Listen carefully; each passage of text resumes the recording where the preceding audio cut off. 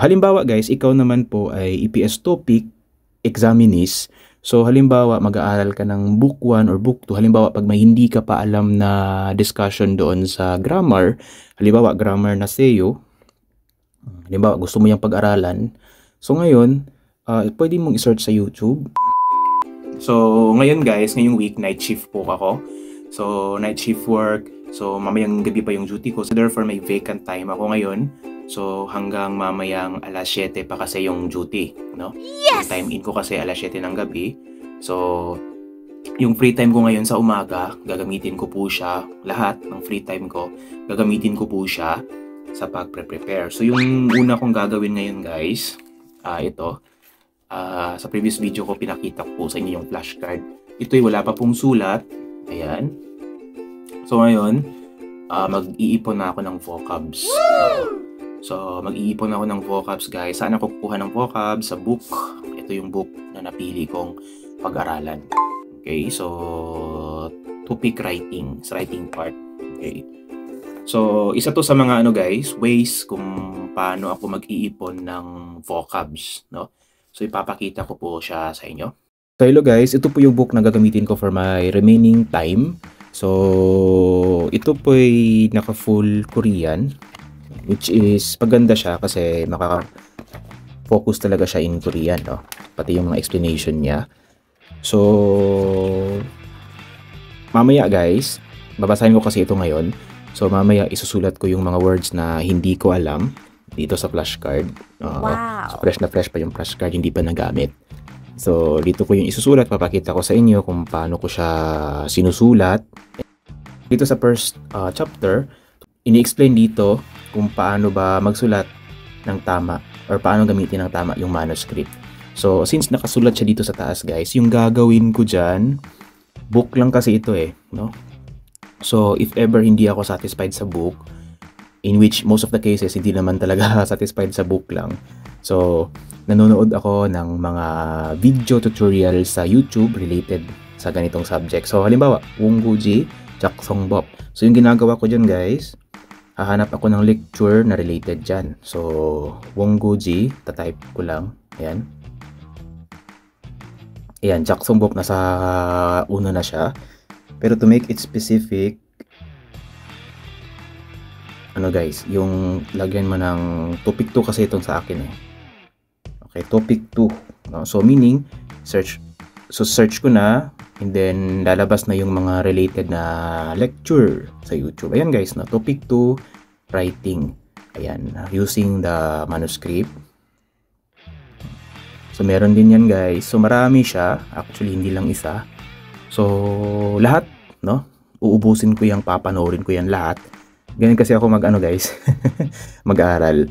So kumbaga, talagang kung hanggat meron ako nakikita, talagang tinitingnan ko siya. So ayan guys, no, yung method. Kasi guys, may iba't ibang kasi yung way of explaining yung teacher. May mga iba na hindi na ituro ng ibang teachers. So pag pinag-ipon mo yun lahat, so mas marami kang matututunan kumbaga, no? So it will take time, pero once tapos ka na dito, talagang may matutunan ka talaga. Baon na baon siya sa utak mo. So that is why guys, ganoon ako mag-aral, no? I have to spend a lot of time talaga para bumaon yung topics, okay? So halimbawa guys, ikaw naman po ay EPS topic examinees. So halimbawa mag-aaral ka ng book 1 or book 2. Halimbawa pag may hindi ka pa alam na discussion doon sa grammar, halimbawa grammar na SEO, halimbawa gusto mo yung pag-aralan. So ngayon, pwede mong i-search sa YouTube. Ayan guys. Oo. So may mga type mo dito, SEO, grammar. Tingnan natin. Ayan guys. So merong mga discussion din po, no, na ng mga grammatical structure. Ito guys, si Proof Yon's Korean. Siya kasi is nag-i-English, no. So pwede niyong panoorin yung videos niya. Si Sir Yun, okay? Kasi yung ibang discussion dito guys, at saka itong si guys, very ito, si Ma'am Vicky o Miss Vicky, nag-i-English din siya during discussion niya sa YouTube. So, kung kayo po'y beginner, hindi pa talaga nakakaintindi ng full Korean, pwede kayo magsimula sa mga English translation. And then, kapag intermediate na naman kayo, and may gusto kayong pag-aral na grammar, pwede kayong manood ng kahit anong videos na gusto nyo dito. Kahit naka-Korean pa yung explanation niya. So, ayun guys, humanap kayo ng teacher dyan sa YouTube na kumbaga compatible sa inyo. Okay? So, marami kasi dyan guys. No? Marami ng resources. Actually, halos lahat na yata nasasagot na ng YouTube or Google. Pero I suggest YouTube guys kasi yung mga nagsishare dito related sa topic is talagang mga expert, no? On their own field. So, ganun lang guys yung ginagawa ko. So, later on, ipapakita ko sa inyo kung paano ko isusulat yung mga vocabs na hindi ko alam. So, dito. Okay, so, papakita ko sa inyo yung method ko kung paano ko siya i-organize. Okay, sige, so.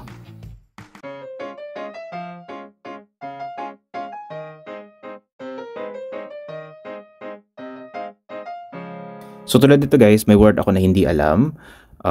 Midok. So, yan yung gusto kong isulat. So, actually, andyan na siya and then may sample sentences din siya. Sa baba, ito. Meron din yata dito. Ito guys, na yung mga example sentence niya nasa number 2. Okay. So, ngayon, isusulat ko siya. Paano ko ba ako magsusulat? So, yung first, yung word na hindi ko alam, midok. Ayun guys.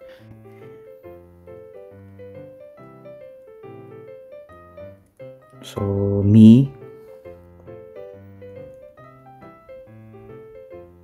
dok. Ayan. So, nasulat na siya. And then, sa baba, yung ano niya guys, yung sample sentence. So, pero dito sa baba, mayroon siyang sample sentences. Ito. So, dito ako kukuha.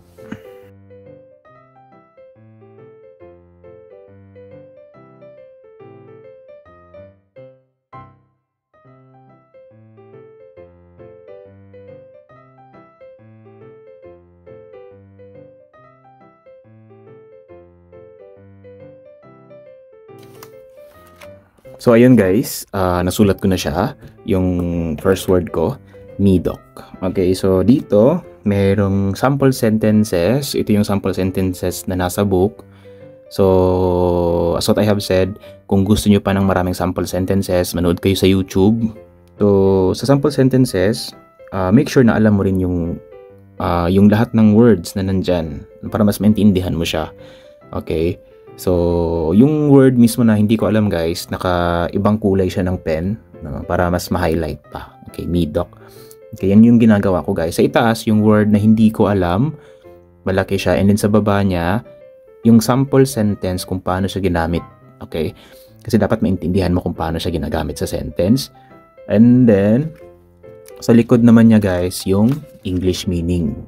Okay? So, depende po yan sa inyo. Halimbawa, dito sa taas.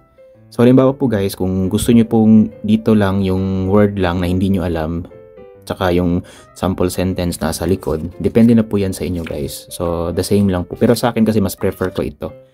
Kasi if ever hindi ko siya maintindihan, halimbawa nakalimutan ko yung meaning niya, babasahin ko lang yung sample sentences, nagkaka-idea na ako kung ano yung meaning niya. O bumabalik siya sa utak ko. Okay? So, yun po yung gagawin ko. Pag may mga words na hindi ko alam, sinesearch ko talaga guys. Tsaka sinalagay ko sa flashcard. Kasi itong flashcard, pwede ko na itong dalhin kahit saan ako pumunta. Halimbawa, gagala ako ngayong Sabado. So, dapat mag-ipon ako ng marami. Pupunuin ko to. Para habang naggala ako, habang nakasakay ako sa train or sa ano pa man yan, bus. So, pwede ko siyang titingnan-tingnan, no? Or kapag na-bored ako while on the way, so pwede ko siyang titingnan-tingnan. So, hindi cellphone yung gagamitin ko guys kasi pwede naman ako mag-download ng apps, no, ng flashcard sa cellphone. Pero as what I have said, pag cellphone kasi, so maraming distractions kasi pag phone guys. So, ito yung gagamitin ko. Nakafocus ako sa flashcard ngayon. Okay, sa mga visual learners dyan, pwede nyo gamitin to. A few moments later. So, ano na guys, it's anong oras na ba? Okay, so it's 11 o'clock.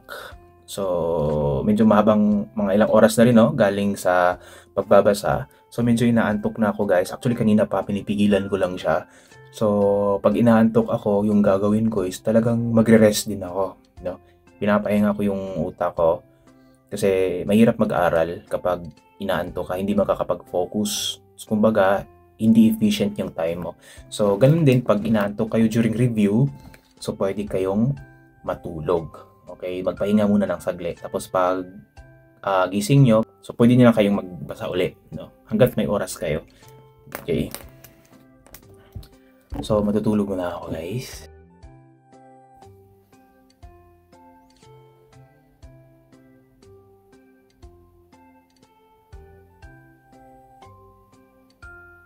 A few moments later. 뒷면에 54번을 쓰도록 되어 있죠.